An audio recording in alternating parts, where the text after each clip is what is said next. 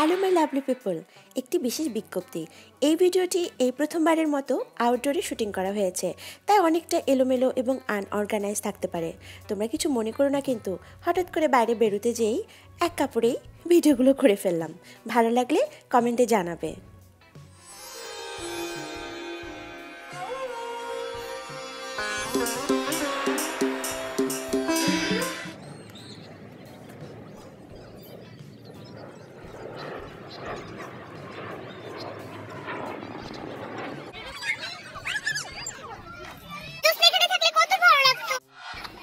শোনো, এই ছোট মেয়েটা, পিচ্চি মেয়ে, আমাকে একটু দোল দিবা? তোমাকে দুটো চকলেট দিব, কিন্তু আস্তে আস্তে দিবা, কিন্তু জোরে জোরে দিবা না, ওকে? পার্কে আসি, আমি একটু দোল না খেয়ে আসি।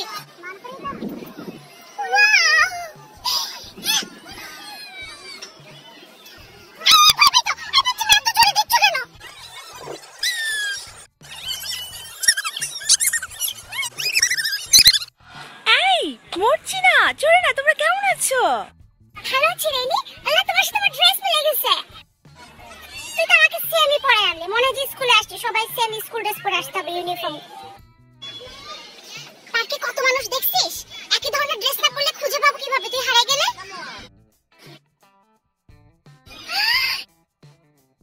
এই দেখ দেখ, কি কিউট একটা ছেলে বসে আছে। এই কি হয়েছে? সরি রেনি, বেশি কথা বলা টাইম নেই, ওকে আমার চোখে চোখে রাখতে হবে। My name is Jorina. What's your name? My name is Ranveer.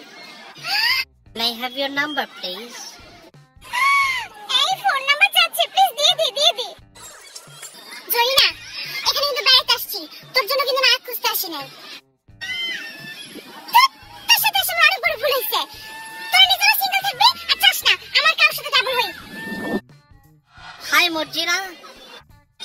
আপনি এখানে কি করতেছেন? আমি জানতাম তুমি পার্কে আসবা, এজন্য আমি আসছি। পার্কে আসছি কিন্তু সব ফালতুমি করতে? খবরদার, আরেকবার ডাকবেন আমি কিন্তু আপনার বাসায় ফোন করে বলে দেবো জোসনার আন্টিকে। তোমাকে হিজাব পরে খুব সুন্দর লাগতেছে। আজকে মাথায় তেল দিছি, এজন্য মাথায় হিজাব পরে আসছি। কেমন আছো? শোনো প্লিজ।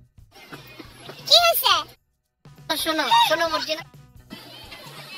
বাবা, তুই আমাকে এত কথা শোনালি, তুই তো এখানে পিস পিস কুদ্দুসকে নিয়ে আসছস। খবরদার ফালতু কথা বলবি না, আমি কাউকে আসতে বলিনি। যেখানে যাই হাজির হয়, ফালতু কথাকার। জিনা, এই শোন, এই ভালো হয়েছে, দেখ তুই না কুদ্দুস ভাইয়ের সাথে যে গল্প কর, আমি না একটু ওই ছেলেটার সাথে কথা বলে আসি। হ্যাঁ, সামনে পরীক্ষার ছেঁকা খেতে গেলে তোর লজ্জা নাই? তুই এখানে আসছস, তোর না কোথাও যাওয়া যায় না। আপনাকে আমার খুব ভালো লেগেছে।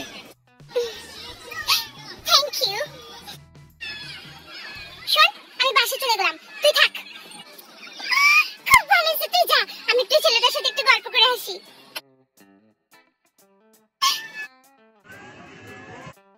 Can I sit with you? আর ফোন নাম্বারটা পেতে পারি? খুব দরকার ছিল। হ্যাঁ, কেন না, অবশ্যই। জি বলুন, কেন? আসলে আমার মায়ের টেক কেয়ারের জন্য সুন্দরী একটা কাজের মেয়ে খুঁজতেছি।